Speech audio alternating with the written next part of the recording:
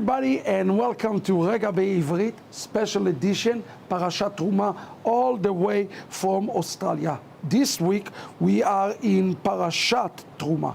Now, in the beginning of the portion, in the very first 7 verses, we read about the construction of the Mishkan, of the tabernacle of God. Now, each one of the tools that were used to establish the Mishkan had to do either with the clothing of Aaron or to the establishment of the tabernacle.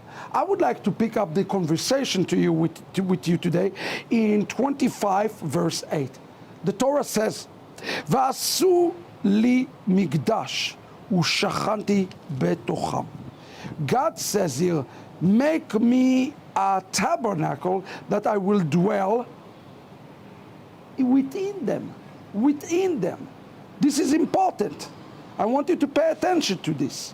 The word here in the beginning of the portion is the word mikdash. The word mikdash is rooted in the word kadosh, holiness. If you remove the letter kuf from the holiness of the establishing the house of God, you ended up with Shemad, Shin Mem Daled. In essence, removing of God holiness and establish anything will ultimately lead to destruction. It is said that the Torah is like a two-edged sword, and now we understand why.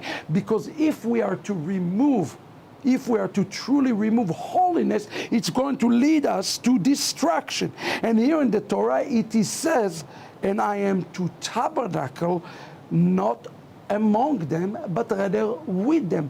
The Hebrew word here that is used in the text is the word betocham. God's ultimate agenda was to tabernacle inside the house of Israel. The word toch means in Hebrew from within. Now, I want you to understand that in the following context. God wanted us to establish a Mishkan. The word Mishkan in Hebrew is rooted in the word Shechina or Shachen, a neighbor. God's desire is to be the shachen of each and every one of us, to be the neighbor of the entire house of Israel. But in order to do that, we have to prepare him the house. What is the ultimate house? Does God really need a house? The rabbis of Israel suggested that the ultimate house that God wanted us to establish, friends, listen to this very carefully, is the house that was found inside the heart of each one of Israel. In answer, the word betocham is used because God wanted through the action to see a transformation in the entire house of Israel so that he can come and tabernacle with us and through us. This is an important lesson for each and every one of us today. So what did he do? He asked the children of Israel to make him Hamikdash. The Hebrew word asu or asiyah is not the art of thinking, but it's not the act of contemplating, it's the act of doing. In essence, the upshot is very clear. What does it mean to practice Torah? It means to practice in a way that we take the actions that transform us from the inside out.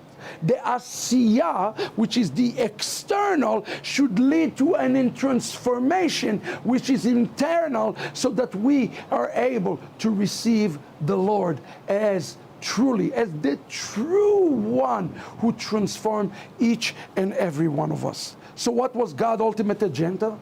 To see a transformation in the life of the entire house of Israel. I sincerely hope that each one of us, through the action, the doing, the letting our light shine before men, that they see our good deeds and praise our Heavenly Father in heaven, will cause transformation in the world outside itself and in our own universe, in our own world, in our own heart. Let us transform the world, and through the transformation of the world, let us be transformed ourselves. God bless you. This is the Regah Bivrit from Australia. Shalom, everybody.